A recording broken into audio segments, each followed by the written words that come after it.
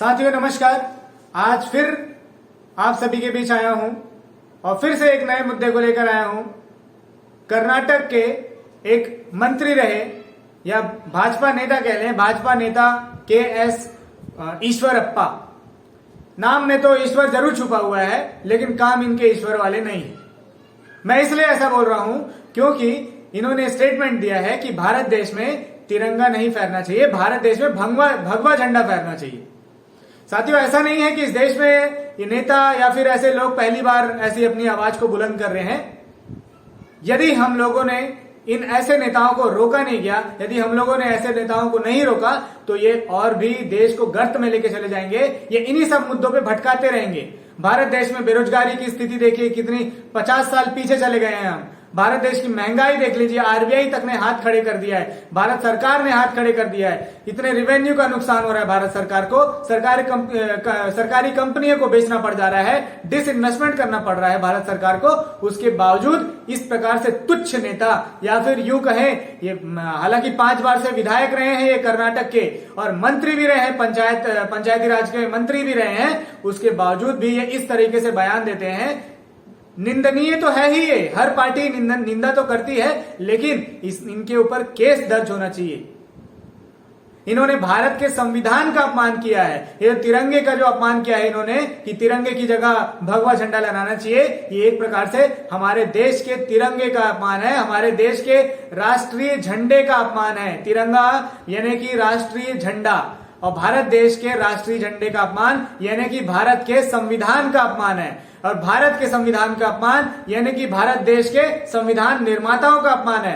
और भारत देश के संविधान निर्माताओं का अपमान यानी कि भारत देश के हजारों लाखों क्रांतिकारियों का अपमान है, जिन्होंने अपनी खून पसीने से इस क्रांति में अपना बलिदान दिया और भारत देश को आजाद कराया।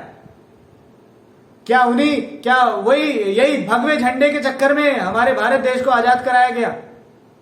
क्या हमारे देश के क्रांतिकारी जो नेता हुए, भगत सिंह जैसे जो लोग हुए, वो लोग केवल ऐसे तुच्छ नेता जैसे बयानबाजी कर रहे हैं, ऐसे बयानबाजी के लिए अपनी जान की कुर्बानी दी?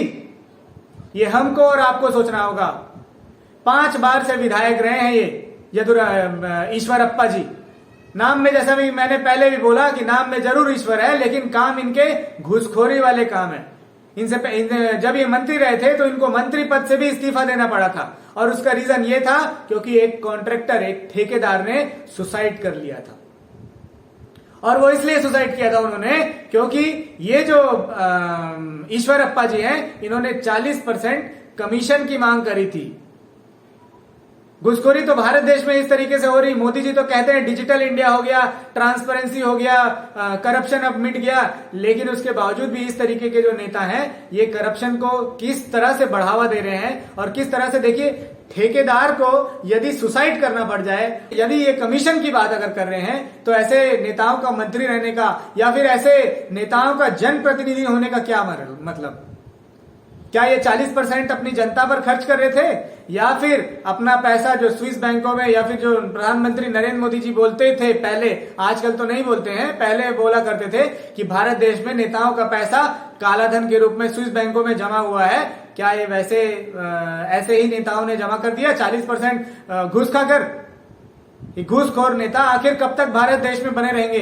कब तक ये इन नेताओं को हम आम जनता फॉलो करते रहेगी? आगे आइए, राजनीति करिए, राजनीति का हिस्सा बनिए, राजनीति का शिकार मत बनिए।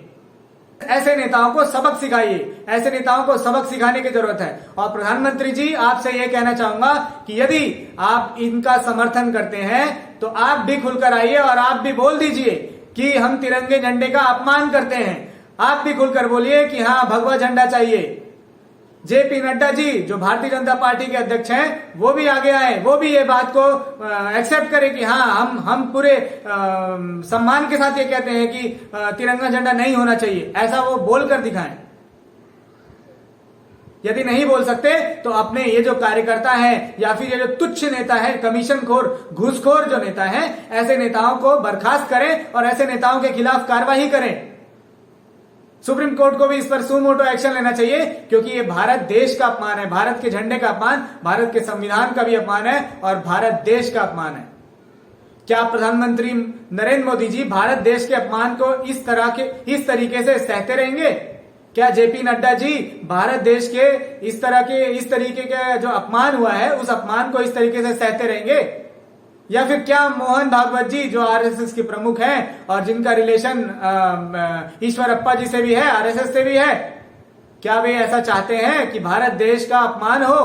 और यदि वे चाहते हैं तो आगे आए, खुलकर बोलिए कि हाँ हम चाहते हैं, ताकि आपके ऊपर कार्रवाई की जाए। और यदि नहीं चाहते हैं तो आगे आइए और माफी मांगिए। प्रधानमंत्री नरेंद्र मोदी जी आपको भी इस विषय पर माफी मांगना चाहिए। जेपी नड्डा जी आपको भी इस विषय पर माफी मांगना चाहिए, क्योंकि ये जो गलती है वो आपके ही नेता से हुई है, भाजपा के ही नेता से हुई है।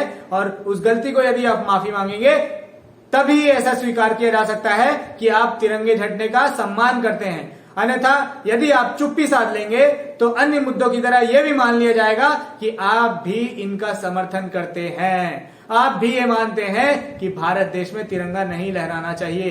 तो ये बात को मैं बता दूं आपको कि यदि आप ऐसा सोचते हैं और यदि आप इसका समर्थन करते हैं तो आप गलत हैं और आपके भी खिलाफ एफआईआर दर्ज की जाएगी।